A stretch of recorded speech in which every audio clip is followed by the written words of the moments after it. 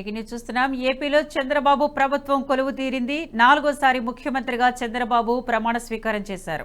ఆయనతో పాటు మంత్రులు కూడా ప్రమాణ స్వీకారం చేశారు. ఇక కేబినెట్ మంత్రులకు శాఖల కేటాయింపు మాత్రమే ఉంది. అయితే ఎవరెవరికి ఏ శాఖలు కేటాయించాలనే దానిపై చంద్రబాబు ఇప్పటికే కసరత్తు దాదాపు పూర్తి చేశారు. ఇవాళ తిరుపతి నుంచి అమరావతికి తిరిగి వచ్చాక ఎవరికి ఏ శాఖలు కేటాయిస్తారనేది ప్రకటించనున్నారు. జనసేనకు మాత్రం కీలక శాఖలు కేటాయించనున్నారు. పవన్ కళ్యాణ్ డిప్యూటీ సీఎంను చేయడంతో పాటు కీలకమైన పంచాయతీరాజ్, గ్రామీణాభివృద్ధి, అటవీ, పర్యావరణ శాఖలు కేటాయించనున్నట్లు తెలుస్తోంది. నాదెండ్ల మనోహర్ కు పౌర సరఫరాల శాఖ, కందుల దుర్గేష్ కు పర్యాటకం, సినిమాటోగ్రఫీ శాఖను కేటాయించనున్నట్లు సమాచారం.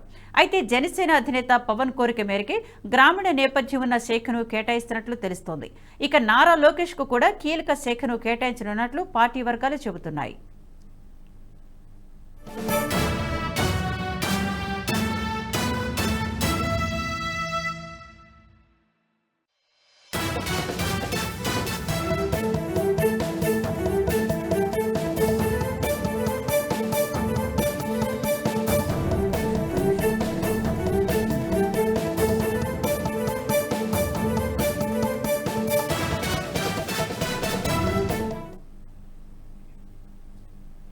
బ్రేకింగ్ న్యూస్ చూస్తున్నాం. ఏపీలో చంద్రబాబు ప్రభుత్వం కొలువు తీరింది. 4వ ముఖ్యమంత్రిగా చంద్రబాబు ప్రమాణ స్వీకారం చేశారు.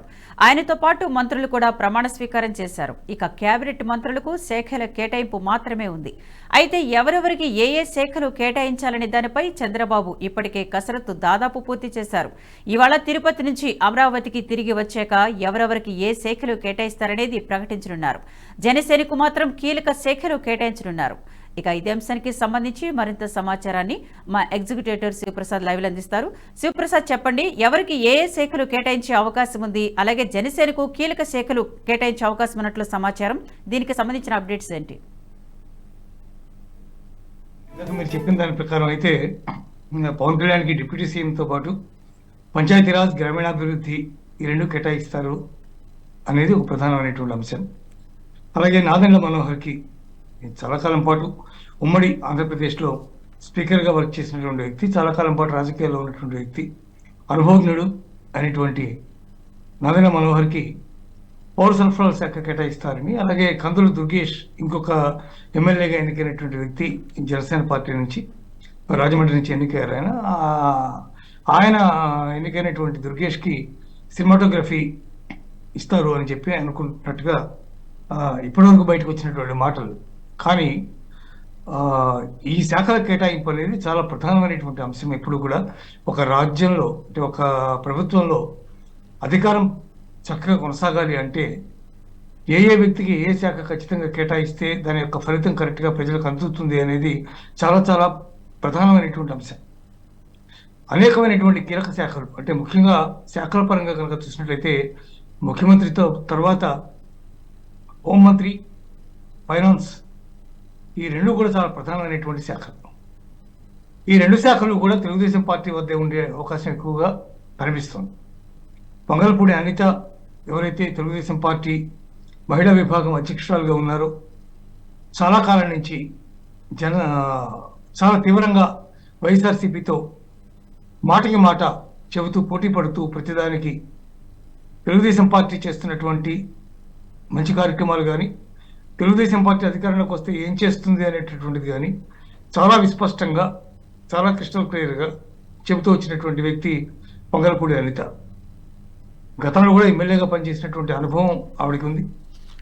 ఆ తర్వాత అపోజిషన్లో ఉన్నప్పుడు కూడా ఆవిడ చక్కగా దాన్ని నిర్వహించినటువంటి పరిస్థితి కూడా ఉంది. ఇటువంటి నేపథ్యంలో గతంలో ఎట్లాగూ హోంశాఖ వైఎస్ఆర్సీపీ అధికారంలో ఉన్నప్పుడు స్త్రీలే నిర్వహించారు, అట్లాగే ఈసారి తెలుగుదేశం పార్టీ ప్రభుత్వంలో కూడా వంగలపూడి అనితకే ఇస్తారనేది ప్రధానమైనటువంటి మాట. లేకపోతే ఫైనాన్స్, ఇది చాలా ప్రధానమైనటువంటి శాఖ. మరి దీన్ని చంద్రబాబు నాయుడు తమ దగ్గర అట్టి పెట్టుకుంటారా, లేకపోతే లోకేష్ కానీ అచ్చెన్నాయుడుకి కానీ ఇస్తారా అనేది చాలా ప్రధానమైనటువంటి అంశం. ఈ రెండు శాఖల తర్వాత వచ్చేది రెవెన్యూ శాఖ, అది కూడా చాలా ప్రధానమైనటువంటి. రెవెన్యూ అనేది చాలా చాలా చాలా ప్రధానమైనటువంటి శాఖగా దాన్ని కూడా భావించాల్సినటువంటి పరిస్థితి ఉంటుంది. దాన్ని నాదెండ్ల మనోహర్కి ఇస్తారనేటువంటి మాట కూడా ఒకటి వినిపించింది. అందువల్ల నారాయణ మనోహర్కి ఇచ్చే అవకాశం కూడా కనిపిస్తోంది, అనుభవజ్ఞుడు, సీనియర్ కాబట్టి. అయితే ఫైనాన్స్ ఎవరికి ఇస్తారు అనే దాని మీద మిగిలిన అంశాలన్నీ కూడా ఆధారపడి ఉంటాయి. 15 మంది పూర్తిగా కొత్తవారే అయినప్పటికీ కూడా, కొత్తగా మొట్టమొదటిసారి ఎమ్మెల్యేలై మొట్టమొదటిసారి మంత్రులు కాబోతున్న వాళ్ళు 15 మంది అయినా మిగిలినటువంటి 9 మంది అనుభవజ్ఞులైనటువంటి వాళ్ళే ఉన్నారు. అందువల్ల వీళ్ళలోంచి ప్రధానమైనటువంటి శాఖలు తీసేసుకున్న తర్వాత మిగిలిన శాఖలన్నీ మిగిలిన వాళ్ళకి పనిచేటటువంటి అవకాశం కూడా స్పష్టంగా కనిపిస్తుంది. సో ఇదేమైనా పవన్ కళ్యాణ్ స్వయంగా ఒకవేళ పంచాయతీరాజ్ గ్రామీణాభివృద్ధి నాకు కావాలి, రాష్ట్ర అభివృద్ధి ప్రధానమైనటువంటి లక్ష్యంగా నేను ఆ శాఖ ద్వారా నేను బాగా పనిచేయదలుచుకున్నాను అని చెప్పి ఒకవేళ ఆయన అడిగినటువంటి పక్షంలో డిప్యూటీ సీఎం గారికి అదే కేటాయించే అవకాశం ఉంది.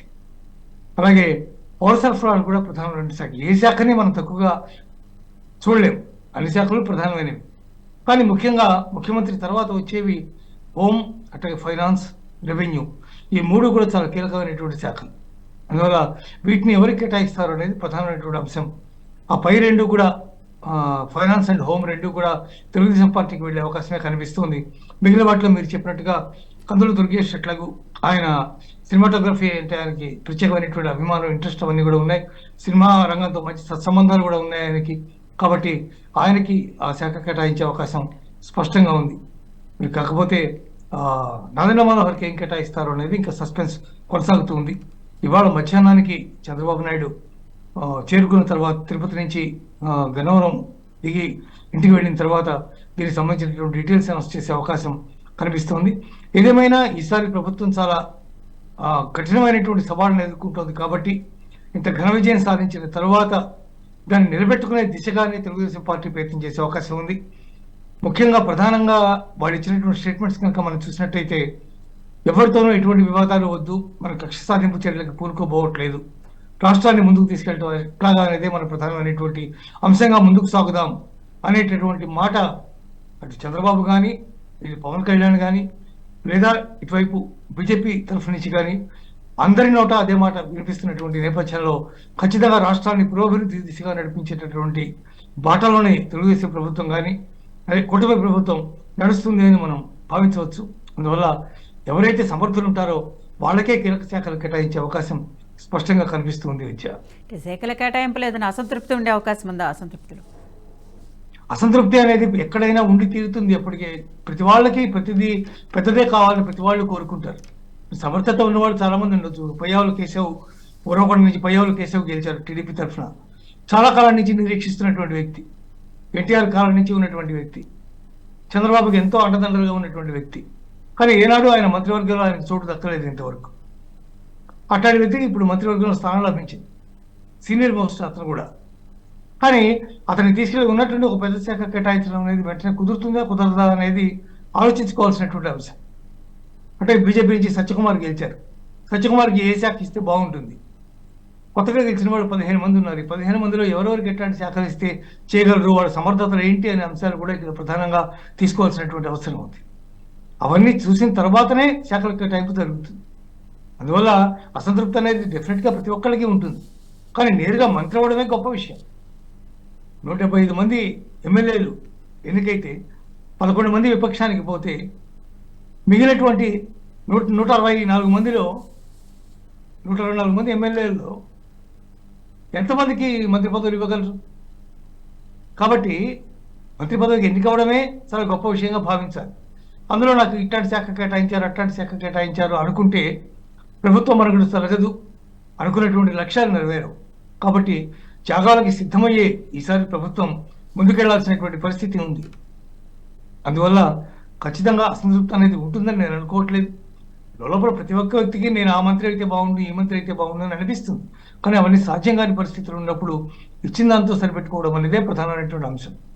కాబట్టి ప్రతి ఒక్కళ్ళు కూడా దీన్ని అర్థం చేసుకుని అసంతృప్తి అనేది పెద్దగా లేకుండా, లేకపోతే కనబడనీయకుండా, ఉన్న లోపల బాధ ఉన్న కనబడనీయకుండా తమకు ఇచ్చినటువంటి శాఖలు సవ్యంగా నడిపేటటువంటి ప్రయత్నం చేస్తే ప్రభుత్వం చక్కగా అనుకున్న లక్ష్యం నెరవేరే పరిస్థితి ఉంటుంది. అందువల్ల ఆ దిశగానే వెళ్తారని మనం భావించవలసి ఉంటుంది. విద్య అంటే జనసేనకు మాత్రం కీలక శాఖలు కేటాయించే అవకాశం ఉందని సమాచారం అయితే వస్తుంది. మీరు చెప్పిన దాన్ని బట్టి చూస్తే హోంశాఖ కానివ్వండి, రెవెన్యూ కానివ్వండి, ఇటు వంగలపూడి అనిత, లోకేష్కి అప్పగించే అవకాశం ఉందని చెప్తున్నారు. మరి జనసేనకి ఏ శాఖలు అప్పగిస్తారు ప్రధానంగా? జనసేనకి ఇందాక మీరు చెప్పినట్టుగా ఒకవేళ పవన్ కనుక గ్రామీణాభివృద్ధి అంటే పంచాయతీరాజ్ గ్రామీణాభివృద్ధి ఒకవేళ తీసుకునేటట్టయితే, పవన్ కళ్యాణ్ ఒకవేళ తీసుకునేటట్టయితే అది ఓకే. ఆయనంతా ఆయన కావాలని అడిగి కనుక దాన్ని తీసుకుంటే డెవలప్మెంట్ చేయడానికి నేను బాగా ప్రయత్నం చేస్తాను, గ్రామీణాభివృద్ధి నా శాఖ అయితే నేను ఇంకా ఎక్కువ ప్రజలకు సేవ చేయగలుగుతాను అని పవన్ కళ్యాణ్ ఒకవేళ భావించినట్టయితే ఓకే.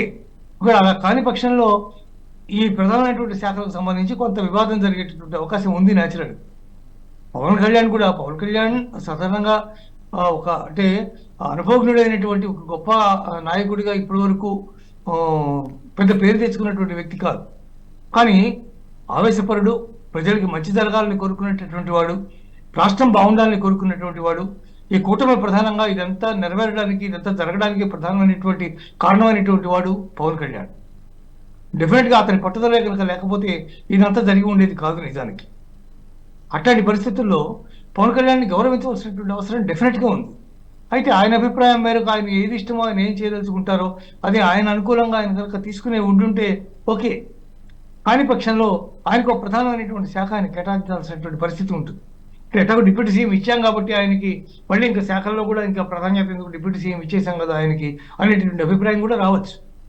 కానీ ఆయన నిజంగా ప్రజలకు సేవ చేయాలనే ఉద్దేశంతో వచ్చినటువంటి వ్యక్తి. రాజకీయం పెద్దగా తెలిసినటువంటి కుళ్ళు కుతంత్రాలు ఇవన్నీ తెలిసినటువంటి వ్యక్తి కాదు. రాజకీయంలో అనుభవం ఉన్నటువంటి వాడు కాదు. అంటే కేవలం ప్రజలకి సుహృద్భావంతో ప్రజలందరూ నా వాళ్ళు, నా రాష్ట్రం బాగుండాలి, నేను వాళ్ళకి మంచి చేయాలని కోరుకునేటటువంటి వ్యక్తి.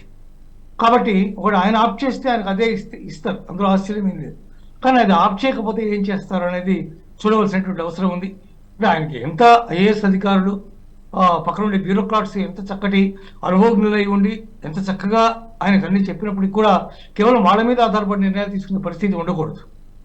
రాజకీయంగా మన ఉనికి, మన అధికారం, మన పవర్ ఏ విధంగా మనం ముందుకెళ్ళదలుచుకున్నాం అనే దాని మీద ప్రతి మంత్రికి కూడా క్లారిటీ ఉండాలి, స్పష్టమైనటువంటి అవగాహన ఉండాలి.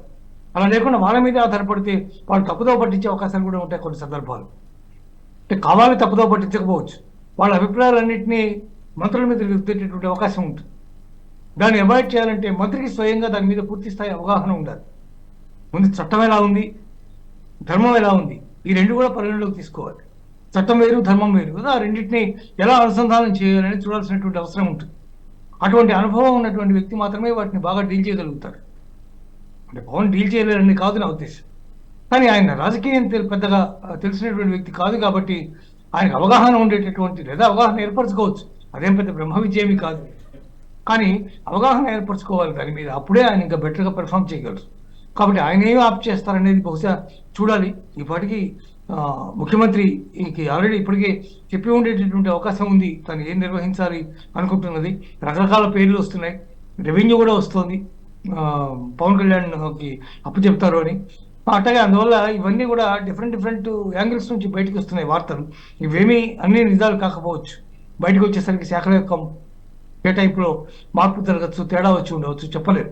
కానీ ఇప్పటివరకు వస్తున్నటువంటి మాట ప్రకారం అయితే పవన్ కళ్యాణ్కి పంచాయతీరాజ్ గ్రామీణాభివృద్ధి శాఖ కేటాయిస్తున్నట్టుగా ఇప్పటివరకు బయటకు వచ్చినటువంటి సమాచారం. అలాగే నాదెండ్ల మనోహర్కి పౌర సరఫరాలు ఇస్తున్నట్టుగా బయటకు వచ్చినటువంటి సమాచారం. అందువల్ల వాటి ఖచ్చితంగా మనం నిర్ణయించలేదు. బట్ ఏదేమైనా సరే శాఖల కేటాయింపులో మాత్రం సమర్థతని పరిగణలోకి తీసుకుని ఖచ్చితంగా ఈసారి శాఖల కేటాయింపు జరుగుతుందని మాత్రం స్పష్టంగా చెప్పవచ్చు. Vidya, thank you for the update Sivaprasad.